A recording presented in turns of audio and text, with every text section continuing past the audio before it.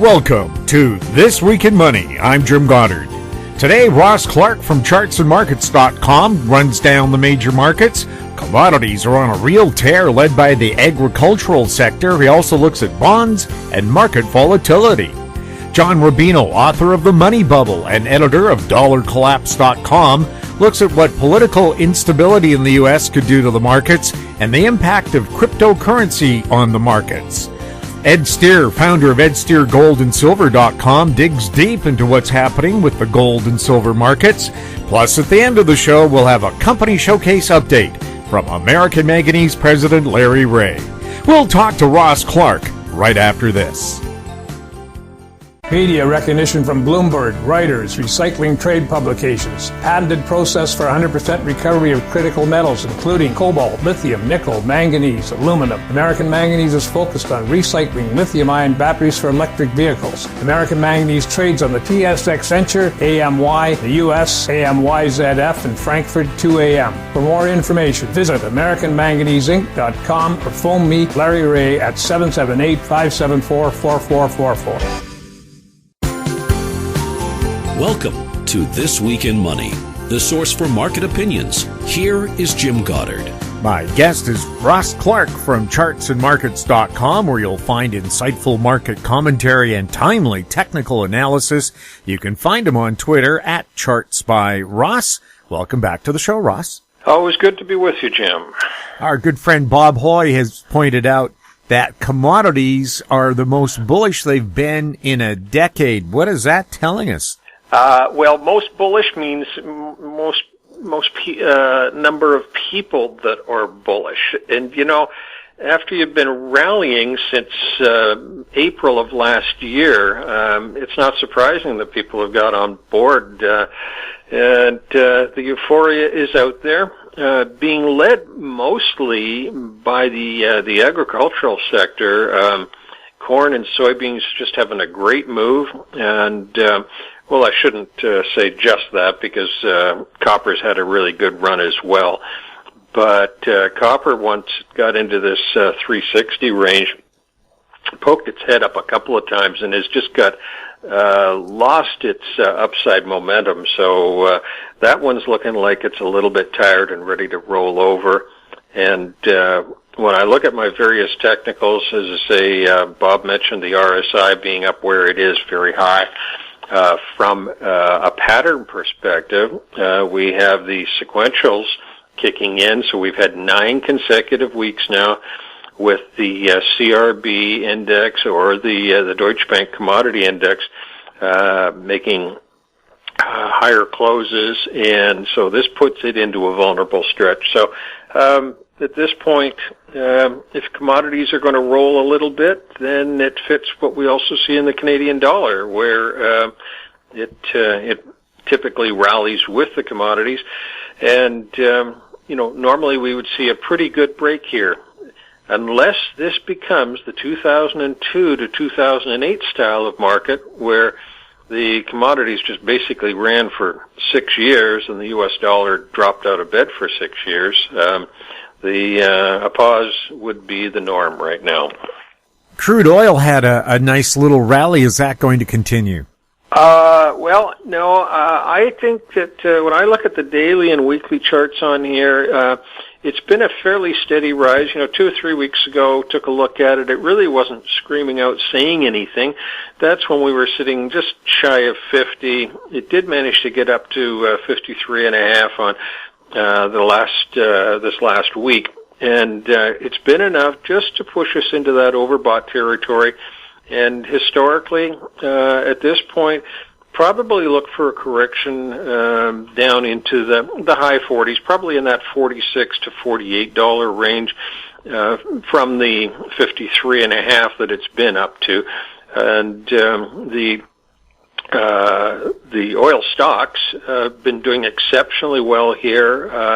Our key item that we had been watching was British Petroleum. It's up over 50% since we got the buy signal on that one. And gosh, the options have gone from $1.50 to $5.50. It's been a pretty big run. But a pause here, and for the stocks themselves, the lows that we had a week and a half ago, those to us would be the critical supports that you need to see holding. The U.S. dollar, what's it expected to do? Well, been in a rally mode here for the last week and a half, and this then fits in with the big oversolds that we had into the middle of December, and then made some marginally lower lows in the days after that, but lost its downside momentum. We had capitulation, and now we've seen the reversal. The U.S. dollar index is sitting at just above 90.5 right now.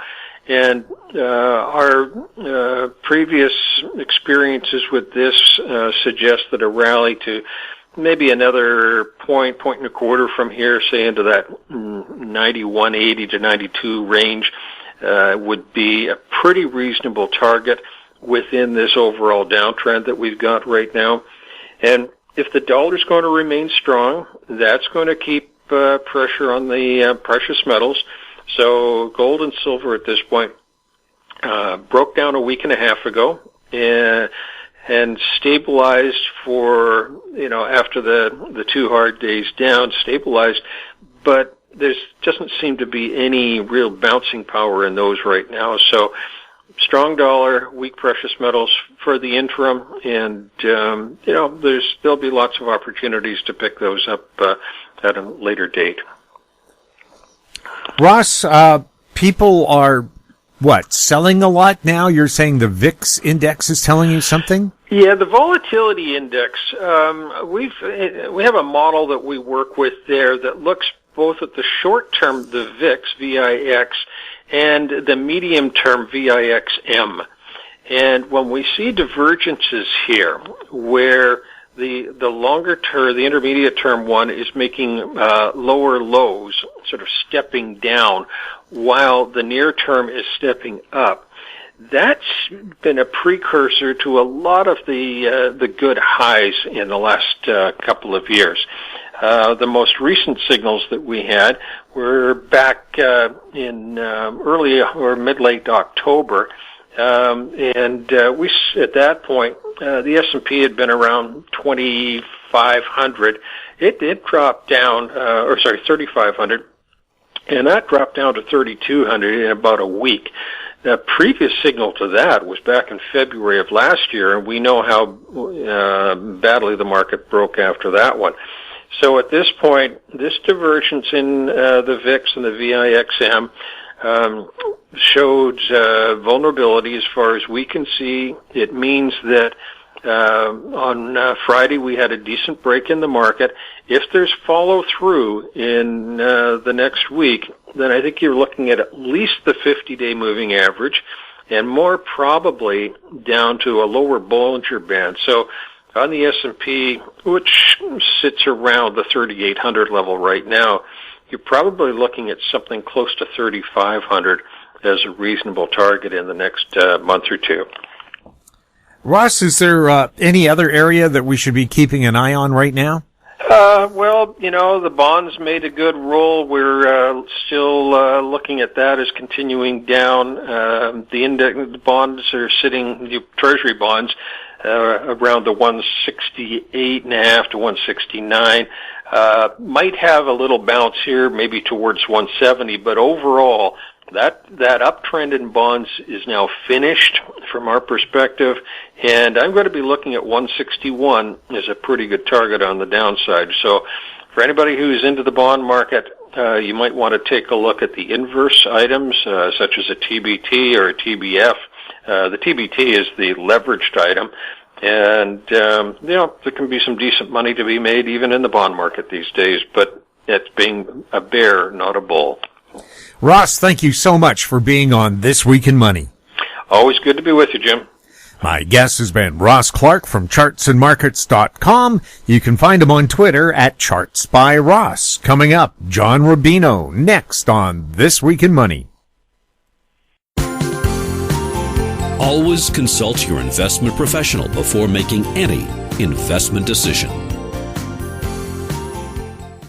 Avon Resources Limited is a gold exploration company. with significant projects in British Columbia and the Yukon. Trading on the TSX Venture Exchange, symbol ABN, and the OTCQB, symbol ABNAF. Surrounded by world-class gold deposits and mines, Avon's 23,000 hectares Forest Kerr Gold Project is located in the heart of the Golden Triangle in northwestern BC. For more information, visit us at avonresources.com.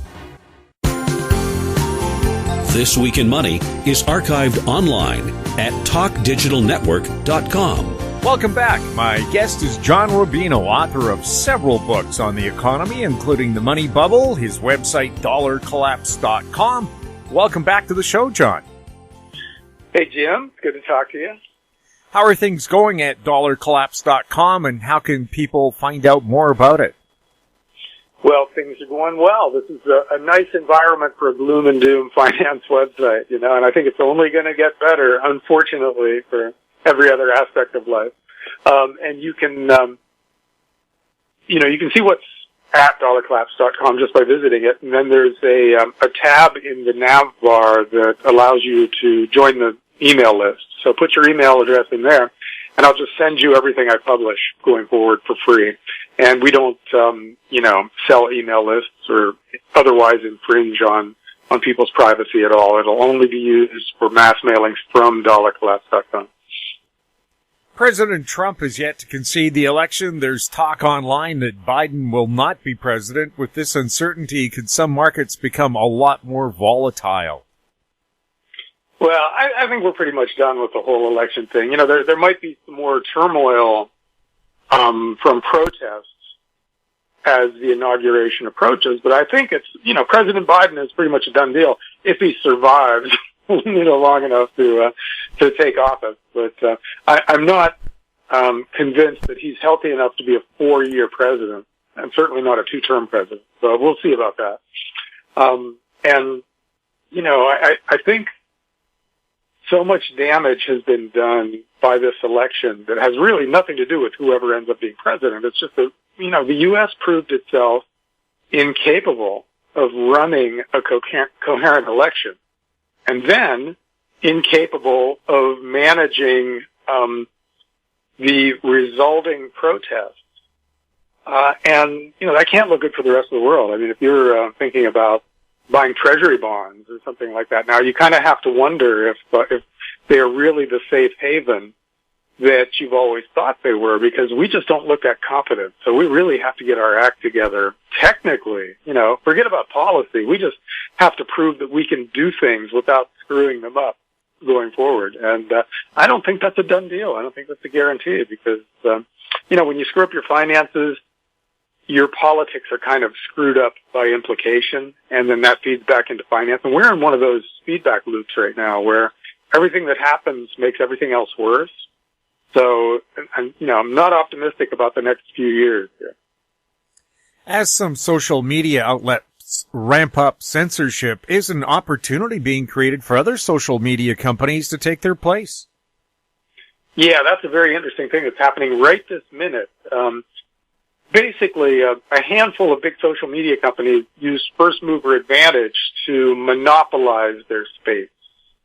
And in the aggregate, they monopolize basically the news business in the U.S. now. And they're, I don't want to put all the blame on them for the censorship that's happening right now, because they originally started out as basically free spaces for free speech, where they were just a platform and you could say anything. But then that caused a lot of trouble because, the government pulled those guys in and said, hey, you let the Russians steal the election and you let ISIS run beheading videos to recruit terrorists. You can't do that or we're going to regulate the hell out of you. So they had to go back and come up with some kind of community standards. And, understandably, as we would expect, they're screwing them up royally. They hired a bunch of mostly liberal coders who are in a lot of cases, on the spectrum, so they don't really understand human action very much to begin with. And so they're really bluntly blundering around and censoring speech they don't like without regard to whether it's protected by the First Amendment or not in the U.S. We have free free speech. Unlike most countries, we've got free speech codified into our Constitution. And now to see that right be so blatantly trampled on by companies that are almost as big as the government now has a lot of people concerned. So we're seeing a mass migration out of Facebook and Twitter and Instagram and into kind of alt social media. In other words, platforms that do still practice free speech, but of course they're having a lot of trouble too. I mean, one of them, Parler, allowed, I looked into what they had going, and they had some really brutal stuff on there. I can't excuse the kind of stuff that they allowed to be said. When you're talking about, raping and murdering public officials, then you've crossed the line from free expression to sedition, or the equivalent of yelling fire in a crowded theater, which is not allowed under the Constitution. But Parler was basically just shut down by the other social media companies. They just extinguished it by not allowing it to use to use Amazon's cloud services or Apple's App Store and things like that. So it might just be gone now. And so we really haven't resolved this at all yet. We have to figure out what is okay and what is not okay in the social media space in terms of both allowable speech and competitive practices. So, it's a new technology. It's understandable that there would be some growing pains, but these are major growing pains. And it's stoking the sense in the U.S. that the rules apply unequally. One group gets a pass for things, another group does not. And we really have to address this if we want to avoid a civil war. So this is something we all need to be paying attention to, and all trying to decide how we fit into that ecosystem if we want it to remain free or to go back to being free. With populations being divided and divided again, could we see balkanization in Canada and the U.S.? Yeah, we're seeing that now, where they're right now in the news media, we have people living in little echo chambers like the MSNBC or the Fox echo chamber, where all they hear is one story, one narrative. And they are just shocked to find out that there are other narratives when they go out in the world and talk to other people. And a lot of the time it generates into shouting matches and questions of each other's character and stuff like that. We just can't respectfully debate issues anymore. And it's also turning out that cities and states run along liberal lines are unpleasant for conservatives to exist in, and vice versa. So you're seeing a lot of conservatives move out of states like California and New York and into places like Texas and Florida, where the rules are more conducive to small businesses, for instance, and taxes are lower. So we've got this mass migration going on physically, another mass migration going on in social media, and, it's not really clear where it ends or how it plays out in the end because, and at the same time, we're arming ourselves to the hilt here in the U.S. Gun sales are through the roof. So we're arming ourselves, we're separating ourselves physically, and we're separating ourselves in cyberspace. So it looks like we're gearing up for a civil war. And, I hate the idea of that, obviously, and I hope we can pull back from the brink of something like that. But we're taking the steps right now that would very possibly lead to something like armed conflict between really large groups of people here. So we gotta hope it doesn't come to that, but we come to our senses very soon. If the U.S. did split up into 2 or 3 smaller states, who would the big winner be from that? Well, I think the Northeast would lose, and the coastal West, it would probably be a wash. But you see right now there's a concept called Greater Idaho, where the eastern and more rural parts of Washington and Oregon switch their allegiance from the coast to inland and set up one big territory that includes those places and Idaho and maybe part of Wyoming and maybe part of Montana. And that's being taken seriously by a lot of people who are really disgusted with having to live under Democrat governors in Washington and Oregon. So, you would expect the Southeast and the South itself to also win, because that's where population patterns are moving towards now. So Texas would end up attracting a lot of new population, as it is all the time, and so would Florida, and so would probably the surrounding states. So you got kind of, the mountain states going their own way, the West Coast states and the East Coast states going their own way. And there's no way to know how exactly it shakes out, but, the lines are being drawn. People of different political persuasions have really no interest in hanging out with people who have different views now. And that is just terrifying. On terms of the world stage, would China be the big winner if the U.S. decides to break up into smaller states? Well, in theory, yeah, but China has its own problems. People keep talking about, it's going to overtake the U.S., the next century is the Chinese century. Well, they got to the place where people are looking at them as the next big empire by borrowing completely insane amounts of money. They quintupled their total debt between 2009 and 2015 or so. They just borrowed so much money, and that pulled us out of the Great Recession, but at the cost of them being on the verge of a big credit crisis. So it's completely possible that China drops into some kind of depression based on the amount of money they borrowed over the next few years, and then we won't hear about them taking over the world for a while. Everybody has to get through their debt issues before we start talking about global dominance, whether it's maintaining it in the U.S. empire or achieving it with the rising Chinese empire. But, we got a giant financial crisis to get through first. And that will scramble the deck. It's not going to be linear when everybody runs out of money and their currencies crash and their people start to rebel because they're so frustrated with government mismanagement. All of that stuff is what happens during depression. And we're headed for something like that. So I think that geopolitics, to the extent that it matters at all, is going to matter because governments who have screwed up their domestic situation tend to look abroad for enemies and use those enemies to distract their people from the national government's mismanagement. So if we do that, or if we continue to do that, because we're already doing it, but if we continue, there's always a chance that a mistake leads to a war.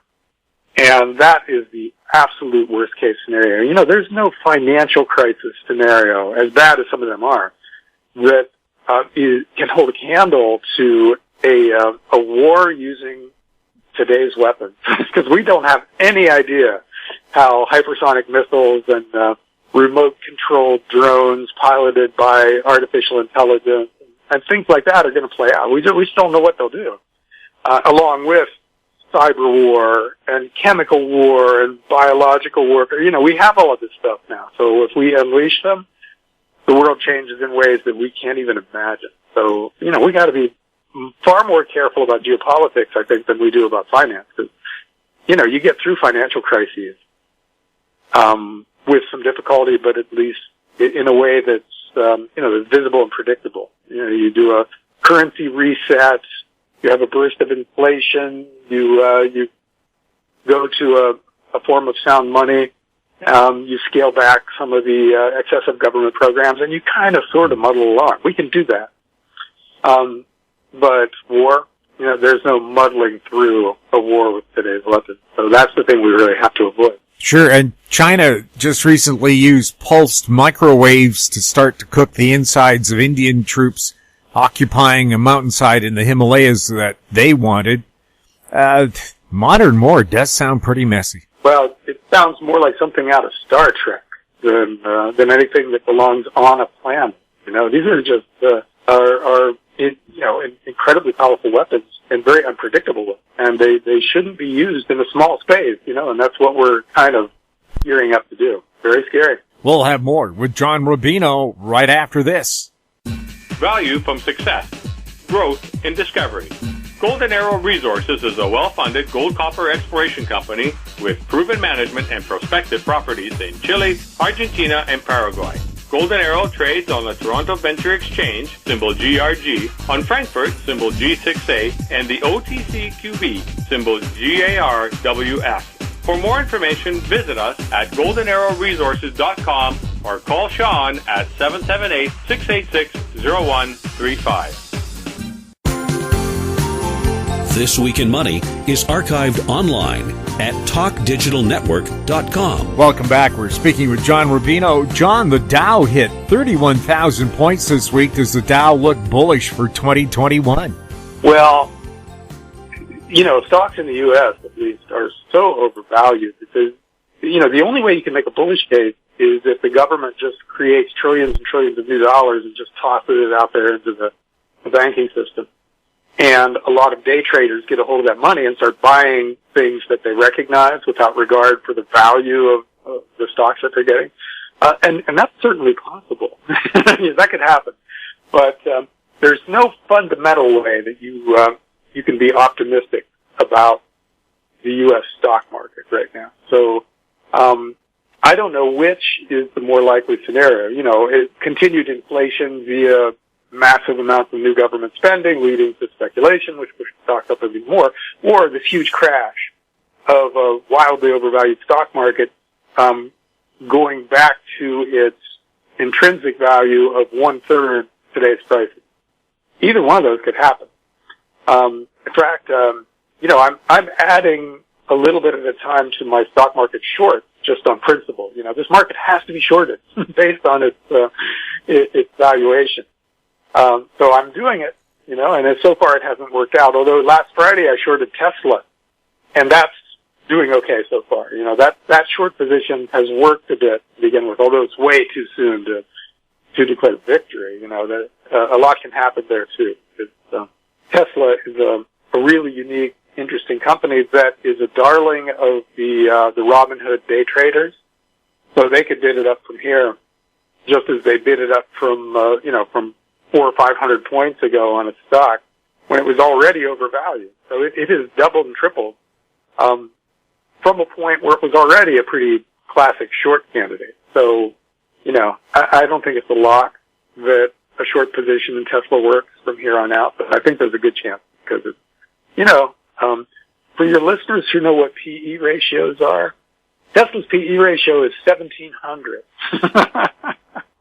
And I don't think there's ever been a stock with an ongoing business, where it wasn't losing money most of the time, that had a PE ratio over 1,000 that actually made money going forward. That's a very rare occurrence. So, statistics are on the side of Tesla shorts, but, new age banking, it's on the other side. We'll see. Well, with Tesla, don't they lose something like $15,000 for every car they sell? No, they make money now. Oh, they actually make money.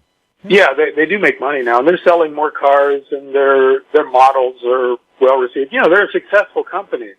It's just that their stock has been bid up to a level where they would have to be, more than successful.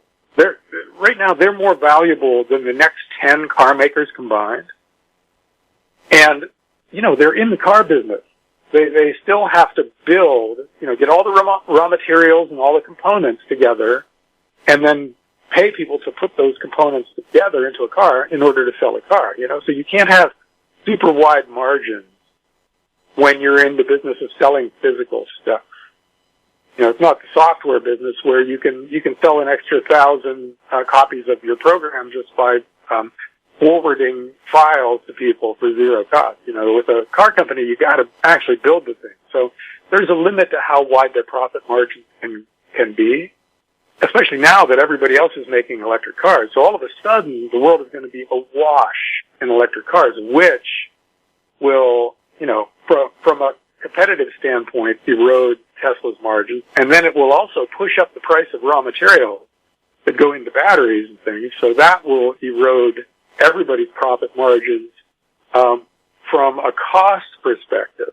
So I think the car makers in a world that's shifting to electric cars are going to see a squeeze that is going to make it much harder to be profitable than it has been in the past. Bitcoin has had quite a move. What are your thoughts on Bitcoin and other cryptos? Well, I think Bitcoin is a lot like Tesla in the sense that it's probably a real thing. But speculators have bid it up to the point where maybe it's not any kind of a screaming buy anymore. I don't know about shorting Bitcoin just because there's a lot of institutional money flowing into that market right now. But, I wouldn't be a buyer after something has gone from 10,000 to 40,000, although it's back down to like 35,000 right now. But what's happening is that there's just so much money being created by the world's central banks and handed to rich people and to people who get their COVID relief checks and pretty much everybody else. And that money has to go somewhere. So a lot of it is flowing into the hottest assets in the financial markets right now. So it shouldn't be a surprise that something like Bitcoin soars or something like Tesla soars. Now, the question is, when do gold and silver catch that bid? And I think that's coming, There will be a time when silver does a lot like, behaves a lot like what Tesla and Bitcoin have behaved like in the last couple of years, because it's got the same characteristics. It's kind of in shortage. There's going to be a huge demand for it coming up in the electric car world, the solar panel world, and there just won't be enough to satisfy the demand, which will send the price up and then pull in the momentum investors, yada yada. So I think $100 silver gets more and more understandable and easy to predict as we keep shoveling out more and more money into the system. At the same time, we're moving into a government that aggressively encourages clean tech. So it wouldn't be a surprise that the silver actually outperform a lot of the previously just rocking instruments that we've seen out there. Why is Bitcoin having such big moves while gold and silver are not? Well, gold and silver have done well lately. We shouldn't complain about silver going from 12 to 25 and gold going from 1,200 to 1,800 in the last few years. They're behaving pretty much the way they're supposed to behave, which is to say when we debase the currency, they should go up in that currency's terms. And so they're doing it. They're protecting purchasing power just the way you want them to.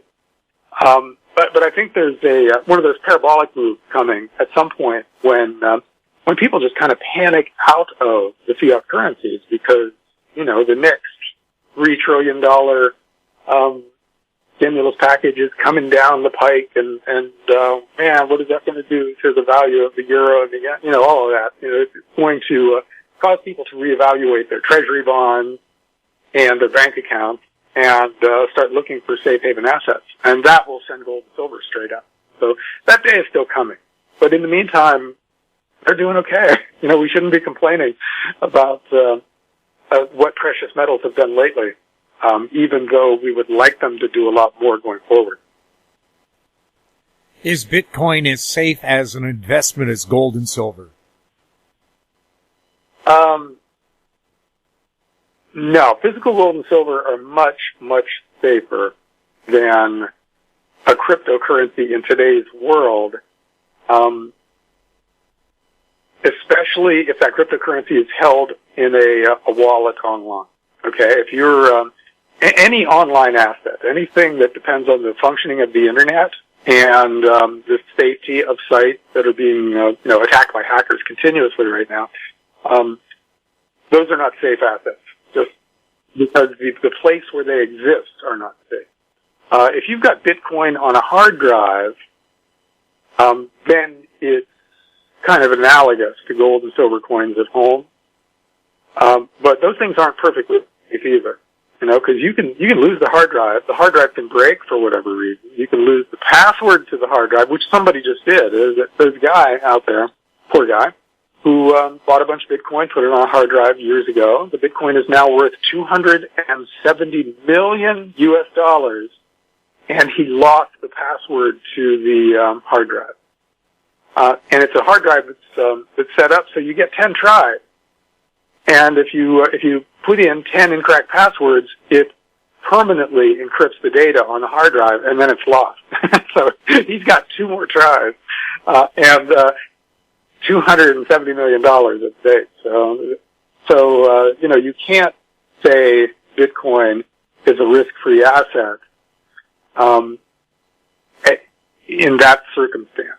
And plus, I know a lot of people think it has proved itself, and it is this kind of guaranteed safe haven asset going forward. But I think there are a lot more questions to be answered with Bitcoin that have not yet been answered. One of the big ones is, if Ethereum and Litecoin and Bitcoin Cash and a handful of other cryptos are going up in percentage terms, at least, faster than Bitcoin, doesn't that mean that the whole supply thing that we're talking about should really be the crypto universe and not just Bitcoin supply? And the crypto universe can be expanded exponentially forever. So there are a lot of questions that have to be answered. And I'm not saying Bitcoin won't end up being something that is in the same category as gold and silver in terms of safety and in terms of preservation of capital. But I think the answers still have to come before we can say that with any kind of certainty. Do Bitcoin, gold, and silver tend to attract different investors? To an extent, Bitcoin people are younger techies generally, and gold and silver are older, less technically proficient people. Okay, but the underlying narrative is basically the same. To like Bitcoin or to like gold and silver, you have to come to the conclusion that fiat currencies are a flawed concept. So to the extent that young people coming into Bitcoin have to look at fiat currencies and see their flaws and understand that dynamic, how they're eventually destroyed by central banks printing unlimited amounts of money, that whole story, that primes them for gold and silver, because once you understand, the death of fiat currency, you inherently like the beneficiaries of all the previous deaths of fiat currencies in history, which is gold and silver, So I think Bitcoin is actually creating a lot of new potential gold bugs. So I think at some point in the future, and gradually, gold bugs are learning how Bitcoin works and becoming more open to investing in it. So I think you're just going to have one big group of safe haven asset buyers at some point in the not too distant future. And the amount of money that's going to be flowing in from them is going to be immense compared to the size of the gold, silver, and Bitcoin market. So we got the parabolic move in all of these things just out there waiting to happen. Are we likely to see a continued correction in gold and silver in the short term? Maybe. If the stock market has a correction, that'll pull gold and silver down, like happened in March of 2020. And, that's always out there as a possibility. But government's reaction to an equities bear market will be to create a huge amount of new money and dump it out there, and some of that will flow back into gold and silver. So they'll just take off again. So I think that it wouldn't hurt to take a little money off the table right now, but you should also be ready to put in some lowball bids if we have a stock market crash that takes precious metals down for the ride, because they'll more than likely do what they did after March of 2020. They took off. You had a lot of mining stock quadruple and quintuple from their March and April lows. There's no reason to think that whole thing won't play out again, because governments are armed with unlimited printing presses. There's no reason for them to refrain from creating huge amounts of new currency in response to the next financial crisis. Does the U.S. dollar look like it's bottoming? Maybe, because interest rates are going up in the U.S.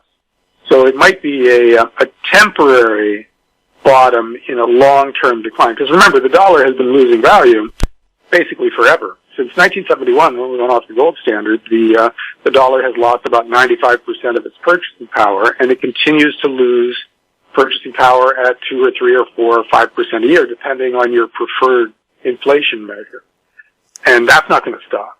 So if the dollar goes up temporarily against the other crappy fiat currencies, it's a meaningless move, really. Does the junior mining market seem to be following seasonalities? No, not right now. No, this is a really good seasonal time for precious metals in the mining stocks, and they're getting whacked. So this might be one of those times when seasonality doesn't count for anything. But I think the junior miners are still great buys. So here again, lowball bids, try and, scoop some up in the next correction and then ride them until they get bought out for junior miners. That's probably a good strategy going forward, and we might get a chance to do it here pretty soon. Amid draconian lockdowns, a number of junior stocks have had great moves to the upside. Could there be a connection between the lockdowns and stock moves? Well, there's a connection between the lockdowns and how much money the governments have to create and give to people to make up for the fact that they're destroying the economy. So, yeah, in that sense, there's a connection, but it wasn't the lockdowns that caused gold and silver miners to go up. It's the lockdowns that crushed the economy, which forced governments to inflate away their debts. So pretty much any kind of a crisis will cause governments to do that going forward. Is it tougher to know when to sell a stock than when to buy a stock? Oh, knowing when to sell is vastly harder, because, there's so much more emotion involved in something you own and something that has done something. If it's way up, what if it doubles again? I don't want to sell it now and feel like an idiot because I knew about this story. I took the stock out. I knew it was a great stock. But if I sell it too soon and it doubles, then, I'm an idiot. And you have these feelings when things go up like that. Or if it goes down, I don't want to take this loss. And until I take the loss, it's not real. It could come back up. So it's a very stressful decision. But there's one strategy I've seen that I think really helps, because in the junior mining space especially, you get these hugely volatile little stocks, and you can make a fortune and then be round tripped and lose money all in the space of a few months with some of these things.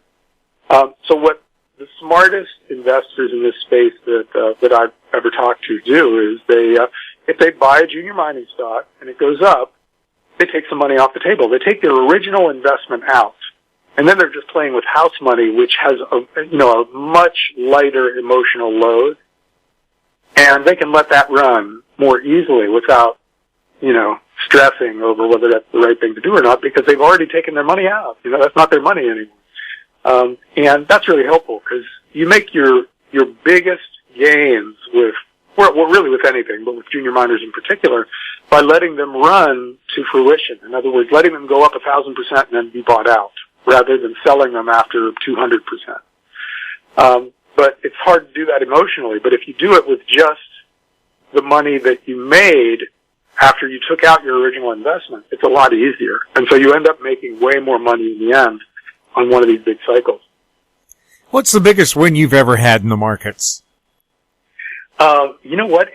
I've had a few where I used options to bet against the housing market and the banking sector in the run-up to the bursting of the housing bubble. And, when you bet big with options and it works out, you make a fortune. So I had some big winners there. And then a big one lately is a little junior miner called Great Bear Resources. And that was 39 cents a share less than 2 years ago. And it's now above 10. It's been as high as 14 in U.S. dollar terms. So that's a big run. And I'm still mostly in that. I did take the original investment out of that one and then let the rest run. So, I still have a big position in that, and it's just doing beautifully operationally too. Like, they're reporting phenomenal drill results. So I think that gets taken out at a higher price at some point, and I'm just going to ride it. I will ride that until somebody buys it. But right now, it's already one of my big winners. So, which is kind of how you get addicted to junior mining stocks. When you have something like that happen, you want that feeling again and again and again, and you never get over the craving for something that's going to go up 5,000 times or 500 times or something, which a lot of these tiny little stocks can do. So,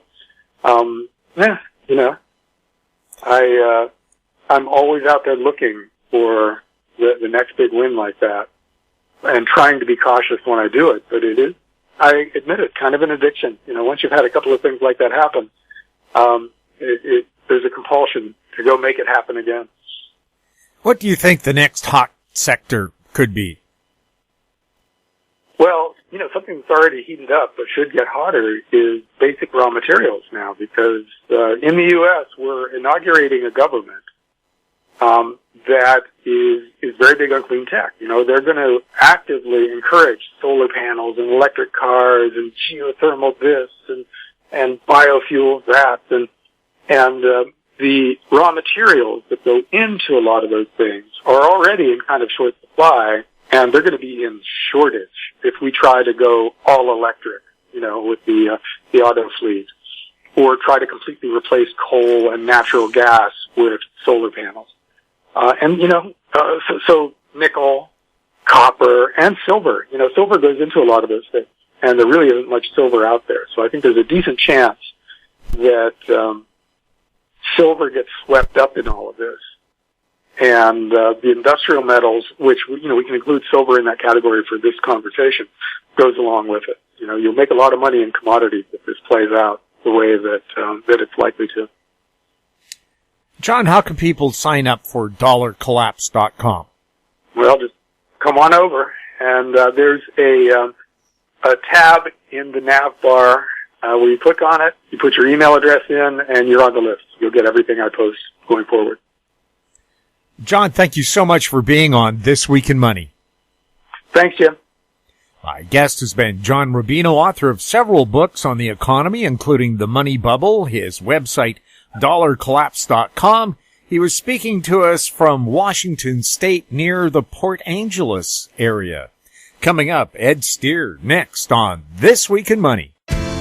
Engineer Gold Mines is focused on the exploration and development of the historic high-grade Engineer Gold Mine situated 32 kilometers southwest of Atlin, British Columbia. Engineer Gold Mines is fully permitted for surface and underground exploration with the drill program now underway.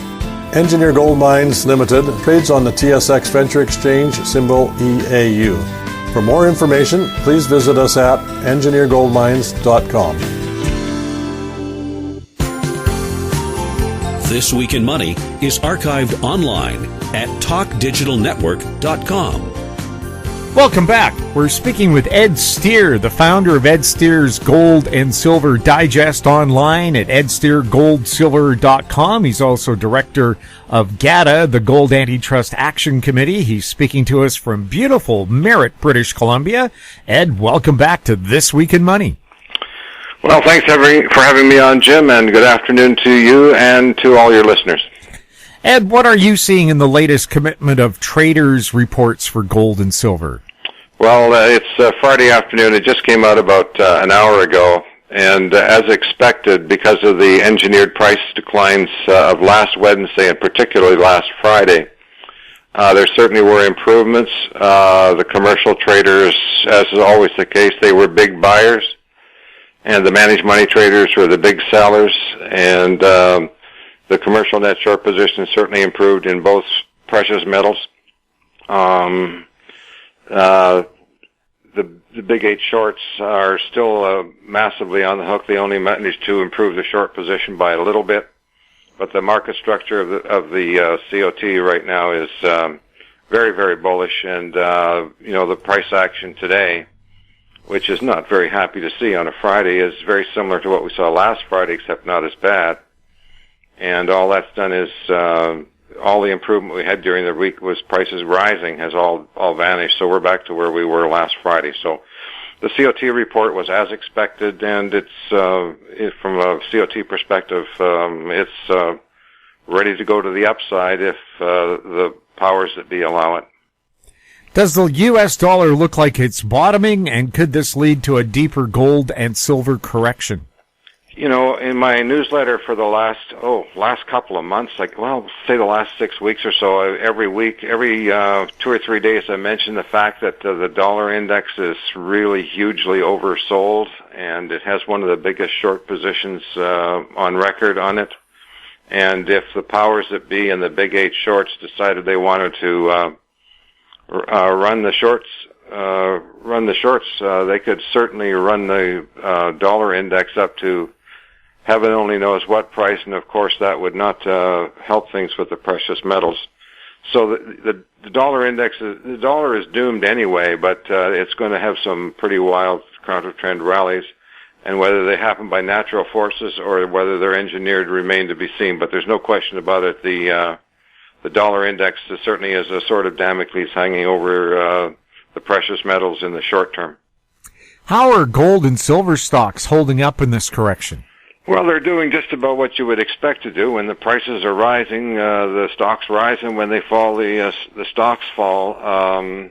This has certainly been the case this time as well, and I can tell you that the silver stocks, today being a typical example of that, are being much more egregiously manhandled to the downside.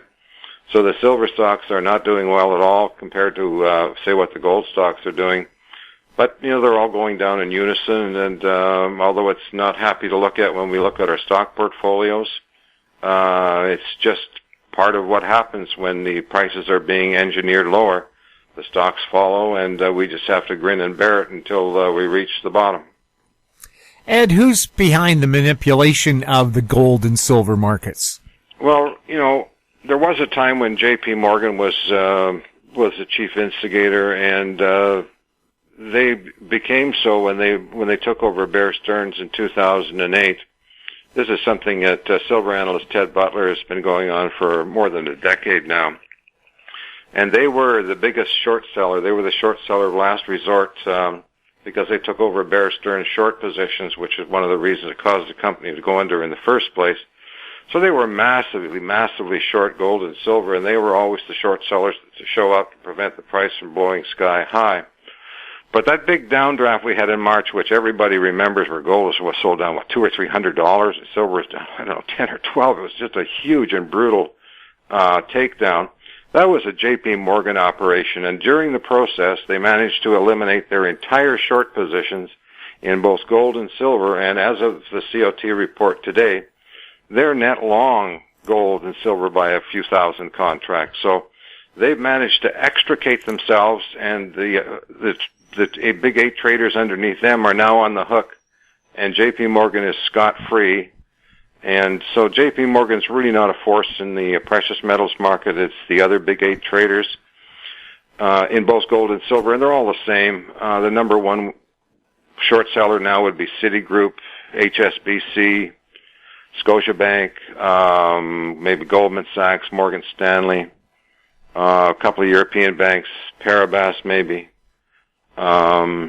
There's the big eight shorts. They're the ones on the hook right now, and they managed to improve their short position in this COT report, but it was only by small fractional amounts, and there's just no way they're going to get out of this. They're stuck on the short side. They're either going to have to deliver into those positions, or they're going to have to cover, and when they do cover, it's going to be a short covering rally that Ted Butler says is going to look like the Tesla short covering rally we've been looking at for the last 3 or 4 months. So they're stuck on the short side, and there's nothing they can do about it.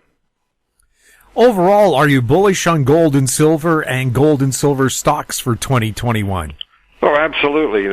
Nothing has changed. I mean, you've been asking me this question now for many years, and I'm bullish on them every year. Last year I was bullish on it. I think the silver and gold stocks did very well. They didn't do as well as we'd hoped, of course, because the price management scheme is still full on. But I by the end of the year, the gold and silver stocks did very well, and I was very happy with my portfolio. But of course, like everybody else, we'd all be happier if this thing was over. But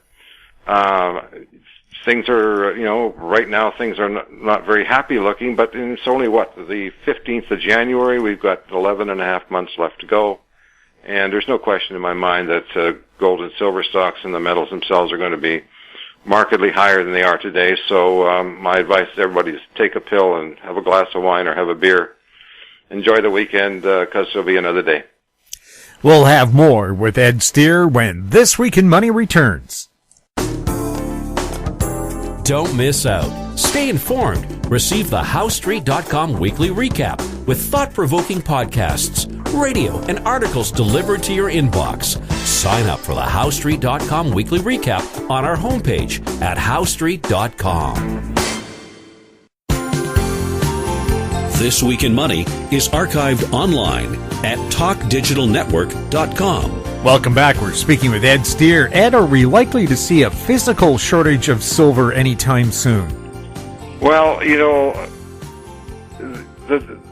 certainly looks that way, because if you take a look at what's going on in the COMEX warehouse stocks, the turnover in silver, and Ted Butler's been following this since, I think, 2011, when we had the big price decline from $50. The turnover in the warehouse stocks in silver has been absolutely off the charts, astronomically huge.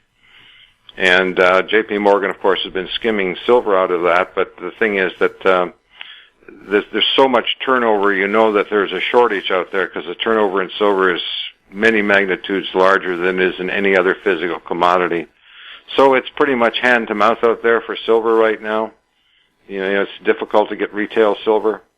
And it's when it shows up on the commercial scale, when the users start looking for 1,000-ounce bars and they aren't there, that's when the panic will really start. So, is there a physical shortage? Not at this moment, but we're never very far away from that fact that when it does hit, you won't have to ask if that's the time, because it'll show up in the price right away. People ask what's happening in physical versus paper gold and silver. Is there a difference?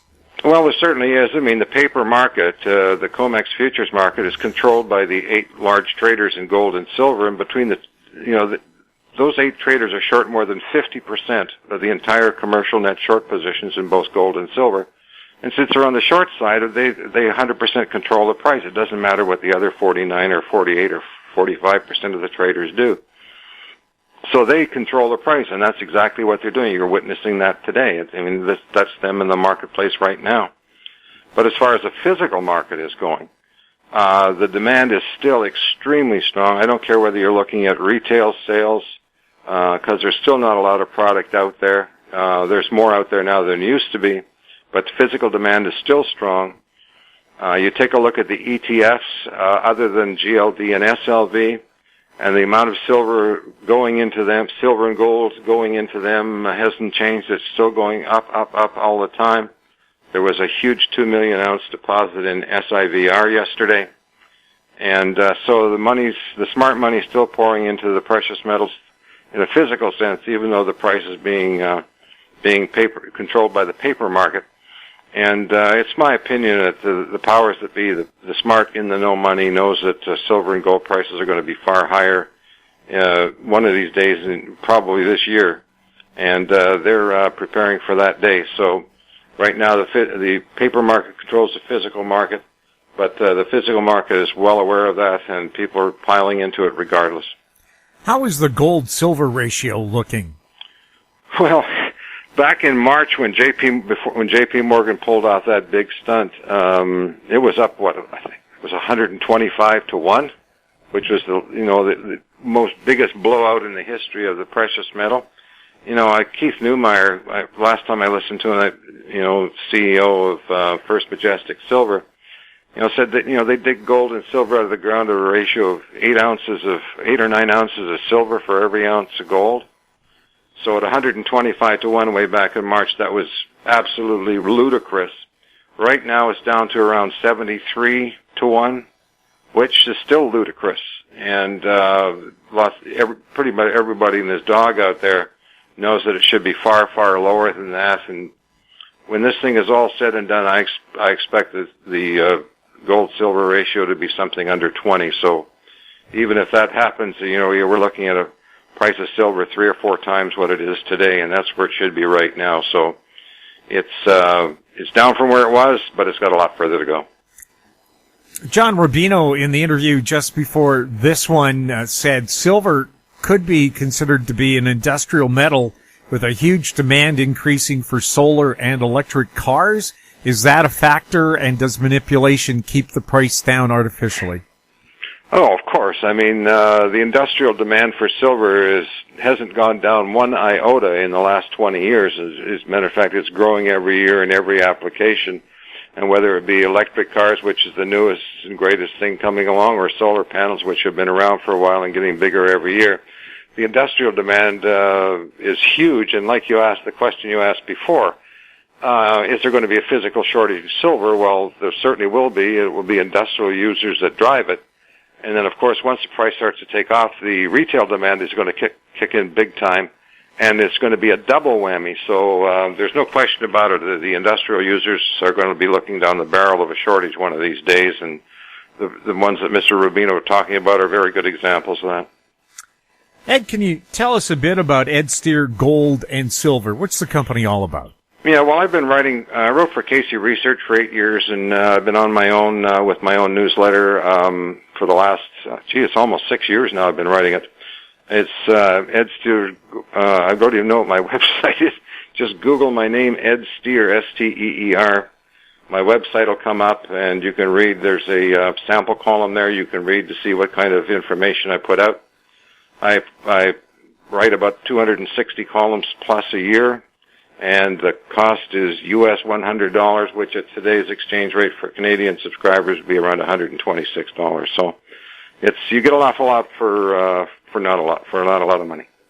So Ed, people can follow you at goldandsilver.com, Ed Steer, goldandsilver.com? EdSteerGoldSilver.com. That's exactly where I am, yes. And all they have to do is Google my name if they can't remember that, and that's what my website will show up there. Ed, thank you so much for being on This Week in Money.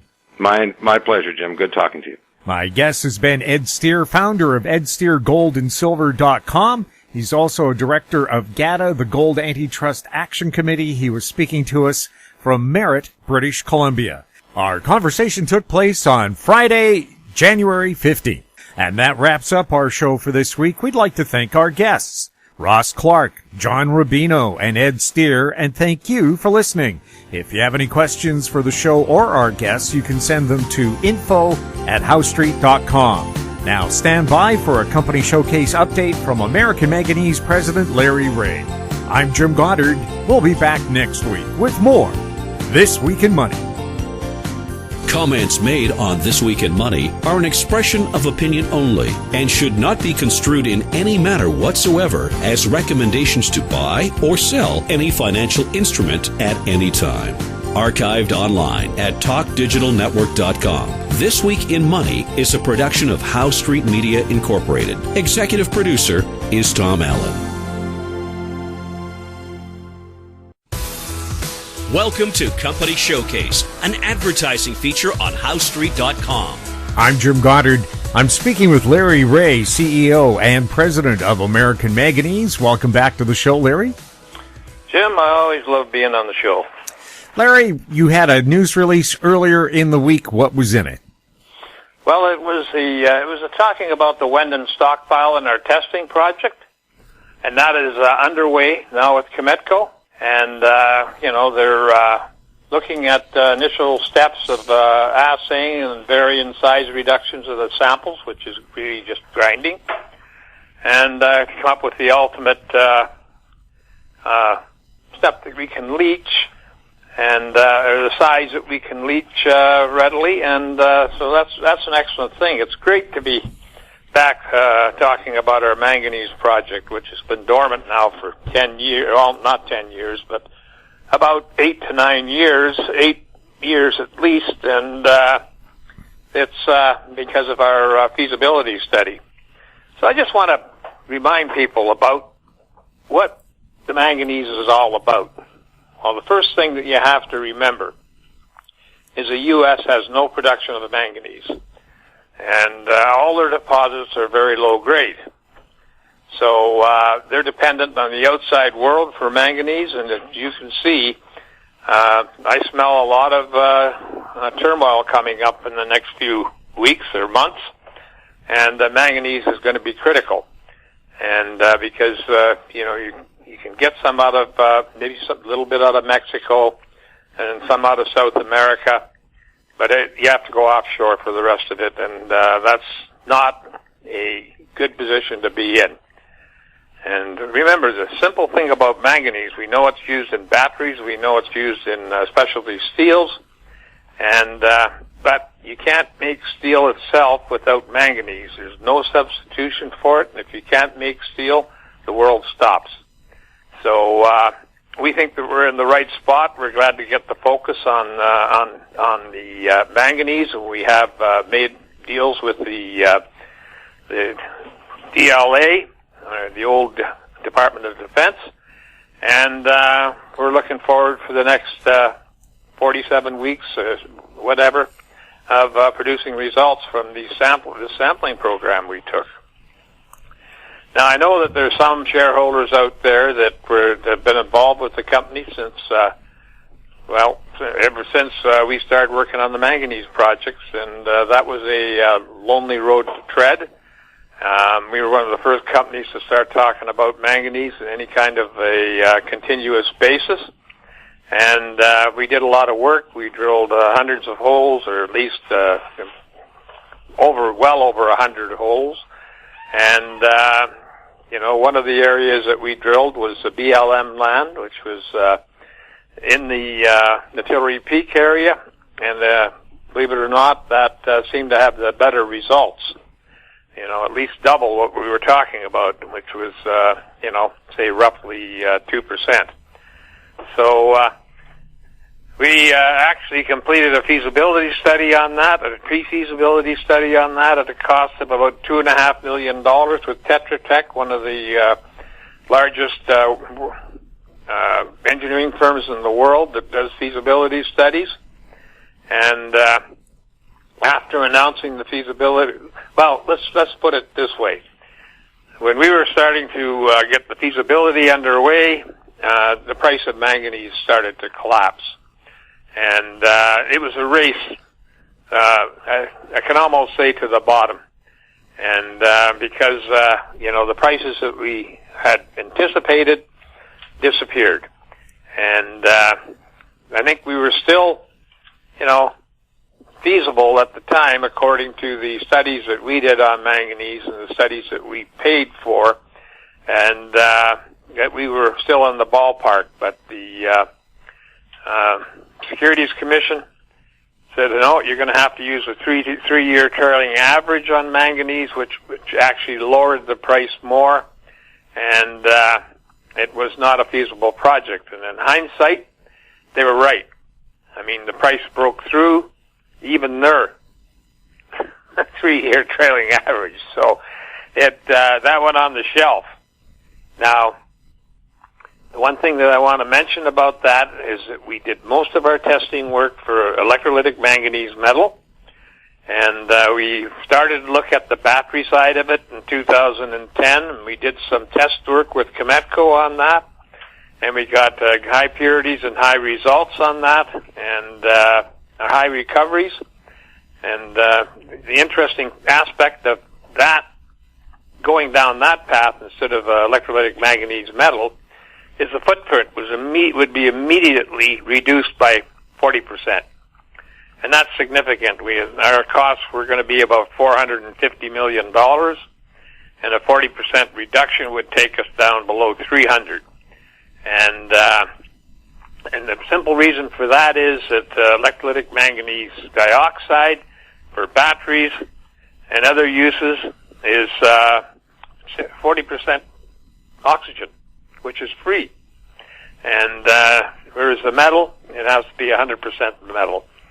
And so you're only having to produce about 60% of the requirement for making a battery. And so that's an automatic reduction in OPEX, and also going forward, the cost of building it out. So that's one of the things that we will be regenerating, even though the work that we're doing at the Tillery Peak is for electrolytic manganese metal. This is what the Department of Defense wants and needs, and we're very confident that we can produce the results that they need. We may need a little help for the price of the metal, but I'm anxiously looking forward to that. I spent a lot of years playing with manganese metal, and not playing with it, but doing some serious work. We probably spent about $20 million on that project, and it went on the shelf, and now our results and getting the patented process for that has put us back into play. It's only on the Wenden stockpile at this point, but that could have, benefit the Artillery Peak deposit itself. Now, we reduced our footprint in the Artillery Peak area, and we basically tried to get away from where we had auction payments to patent holders, et cetera, and that was getting significant. We were close to $500,000 by 2012 in auction payments a year. And you got to remember that when we did that deal, the price was way up. It was up about 4 times what it is today, and the guys that held the patents were not going to give them up for small payments, so we got stuck with that. We wanted to proceed with that project, and we hired Cometco to do that, and Cometco came through for us, and actually they patented the process on our behalf, and hey, it's all looking very great. The markets right now, getting close to the 20th, are kind of in a turmoil. The last I looked, everything was down, and but I don't think that's a temporary stop. I think that basically we're still coming up to a huge bull market, and so I think our members should be, our shareholders should be happy with what we have. We've doubled the stock in this year, and been up as high as 72 cents, which surprisingly was taken down to 40 cents at the end of the day. Usual stuff, the same stuff that happened in 2011. And, but these guys' days are numbered, I think that the wisdom will bring back the uptick rule, and these creditors will stop filling their pockets with billions of dollars every year from shareholders. So that'd be great. Now, we can't. I can't be more happy about getting this underway. We should have news on the recycling portion. As you know, we bought that cathode precipitation reactor, and that requires a clean area, and we're working on that, or Cometco's working on that, and hopefully we can have some news on that next week. So ongoing and upward, and the way we go, Jim. Larry, for people new to American Manganese, what's the company all about? The company is a critical metals company that was involved in manganese, which is super critical. If anybody wanted to look at what I believe to be the most critical of all metals, if you don't have it, is manganese. And manganese is a process that we developed where we could compete with China. At the time, our costs were almost the same as China, and the fact of the matter was that we were proud of what we had achieved, and the price of the metal kind of defeated the purpose at the end of the day, and that happens not just with manganese. That can happen with zinc, lead, copper, gold, silver, depending on where the price goes. So we've taken that as a cornerstone of our patented process for recycling lithium-ion batteries, and we developed that to 2 patents, and you can find all that information. I keep getting letters from people that obviously don't bother going to the site, and I can't, we got too many requests out of the office to provide information on our process. It eats into our time, and we can't answer all those letters. And but I would advise everybody go to AmericanManganeseInc.com. You'll find the answers if you dig around the site. And we are traded on the Toronto Venture Exchange under the symbol AMY. We're traded in the U.S. under the symbol AMYZF. And we're traded in Frankfurt under the symbol 2AM. The You can reach the company at 778-574-4444, or you can email me at LREAUGH@AMYMN.com. Larry, thank you so much for the update. Thank you, Jim. My guest has been Larry Reaugh, CEO and President of American Manganese. Our conversation took place on January 15th. I'm Jim Goddard. Comments made on Company Showcase are an expression of opinion only and should not be construed in any manner whatsoever as recommendations to buy or sell any financial instrument at any time. Archived online at HowStreet.com. Company Showcase is a production of How Street Media Incorporated.